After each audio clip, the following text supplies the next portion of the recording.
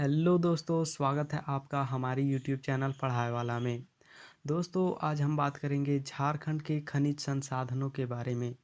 दोस्तों, ये टॉपिक बहुत ही इम्पॉर्टेंट है क्योंकि यहाँ से हमें एग्ज़ामों में क्वेश्चन देखने को मिलता है।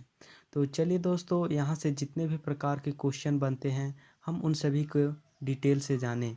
तो दोस्तों, इससे पहले हम लोगों ने खनिज पर एक वीडियो बना रखा है। अगर अभी तक आपने उसे नहीं देखा है तो उसे ज़रूर देखें ताकि आपको ये टॉपिक अच्छे से समझ में आ सके। तो चलिए दोस्तों, इस वीडियो को स्टार्ट करते हैं। तो दोस्तों, सबसे पहले हमारा क्वेश्चन ये बनता है कि खनिज होता क्या है। तो दोस्तों, चलिए आपको शॉर्ट में बता देते हैं। तो जब हम किसी पदार्थ को ज़मीन के अंदर से खोद कर निकालते हैं तो उसे हम खनिज कहते हैं।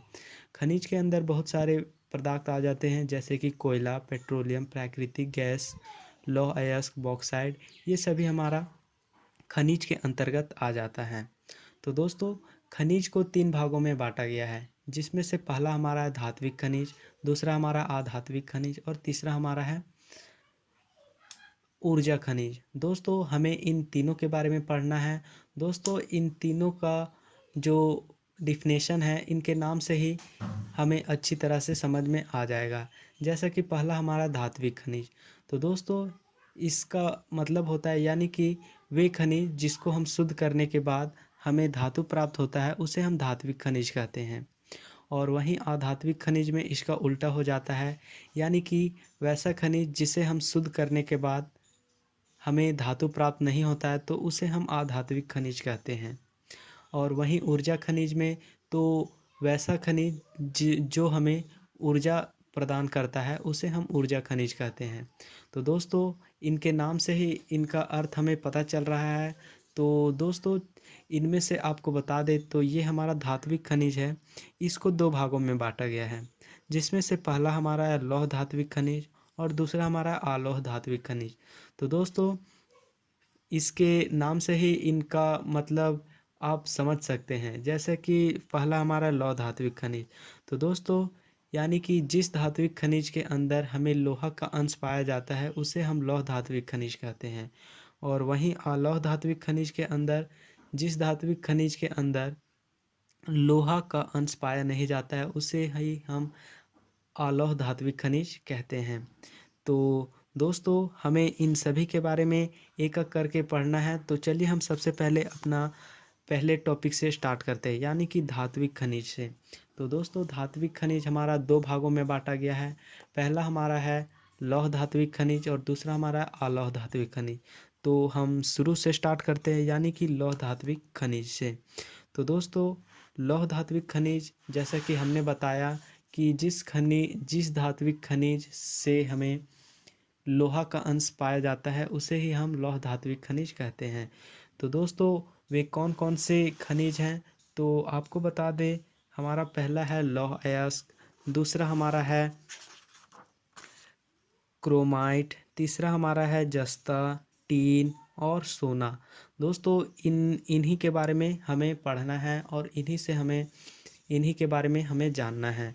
तो चलिए दोस्तों, सबसे पहला आपको बता दें, यानी कि लौह अयस्क के बारे में। तो दोस्तों, इसमें सबसे पहला क्वेश्चन ये बनता है कि लौह अयस्क होता क्या है।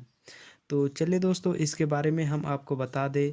तो लौह अयस्क हमारा लोहा का एक कच्चा रूप है। दोस्तों, इसी से हमें लोहा प्राप्त होता है।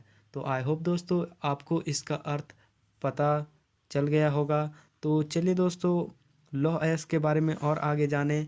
तो दोस्तों, लौह अयस्क हमारे राज्य में प्रचुर मात्रा में उपलब्ध है। ये हमारे राज्य के सिंहभूम का जो एरिया है, वो इधर ही पाया जाता है।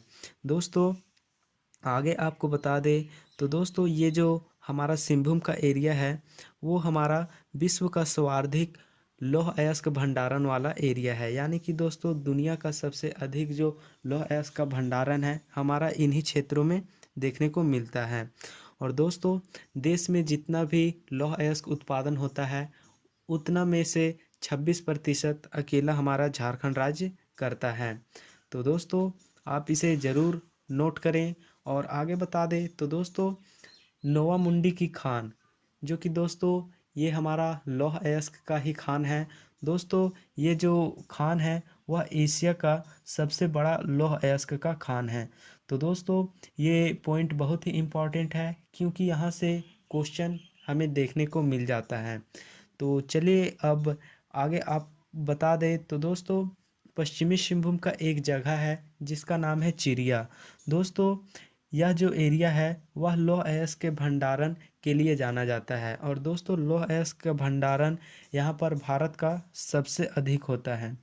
यानी कि दोस्तों जो भारत में लौह अयस्क है उसका जो भंडारण होता है वह सबसे अधिक निक्षेपित हमारा चिरिया में ही होता है।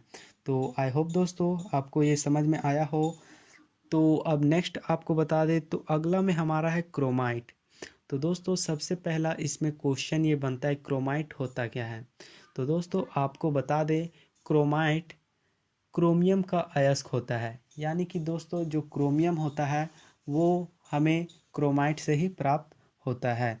दोस्तों क्रोमियम का हम उपयोग किसी वस्तु पर करते हैं जैसे कि लोहा को हम जंग से बचाने के लिए इस पर क्रोमियम का परत चढ़ाते हैं ताकि ये जंग ना लगे। तो चलिए दोस्तों क्रोमियम के बारे में और आपको बता दें। तो दोस्तों झारखंड में जो क्रोमाइट है उसका भंडारण हमारा सिंहभूम के क्षेत्र में होता है। और दोस्तों यहाँ पर इसका भंडारण लगभग 7,36,000 टन भंडारण यहाँ पर मौजूद है हमारा ये सिंहभूम का एरिया में। तो दोस्तों क्रोमाइट में हमारा इतना ही था। अब आगे आपको बता दें यानी कि टीन। तो दोस्तों टीन ऐसा एक वस्तु है जिसके बारे में सभी कोई जानते होंगे और इसका उपयोग तो सभी लोगों ने किया होगा। तो दोस्तों टीन हमारे राज्य में हजारीबाग जिला, रांची, सिंहभूम, संथाल परगना और पलामू के क्षेत्रों में पाया जाता है। यानी कि दोस्तों ये जो इसका एरिया है इन एरियाओं में हमें टीन पाया जाता है। अब नेक्स्ट आपको बता दें तो अगला में हमारा आ जाता है सोना। तो दोस्तों सोना भी एक बहुत ही महत्वपूर्ण धातु है। तो इसके बारे में आपको बता दें तो दोस्तों ये सोना हमारे हमारे राज्य के सिंहभूम क्षेत्र में एक जगह है जिसका नाम है कुदारकोच्चा। दोस्तों सोना हमारे राज्य में कुदारकोच्चा से ही उत्पादित होता है। यानी कि दोस्तों कुदारकोच्चा में हमारा सोना का निक्षेपण होता है। तो दोस्तों इससे एक और पॉइंट आपको बता दें तो दोस्तों देश में कर्नाटका के बाद सबसे अधिक सोना हमारे राज्य में ही निक्षेपित किया जाता है। तो दोस्तों धात्विक खनिज के अंदर इतना ही। अगर आपको ये टॉपिक अच्छे से समझ में आया हो तो इससे लाइक और शेयर ज़रूर करें। अगर चैनल पर नए हैं तो इसे सब्सक्राइब ज़रूर करें।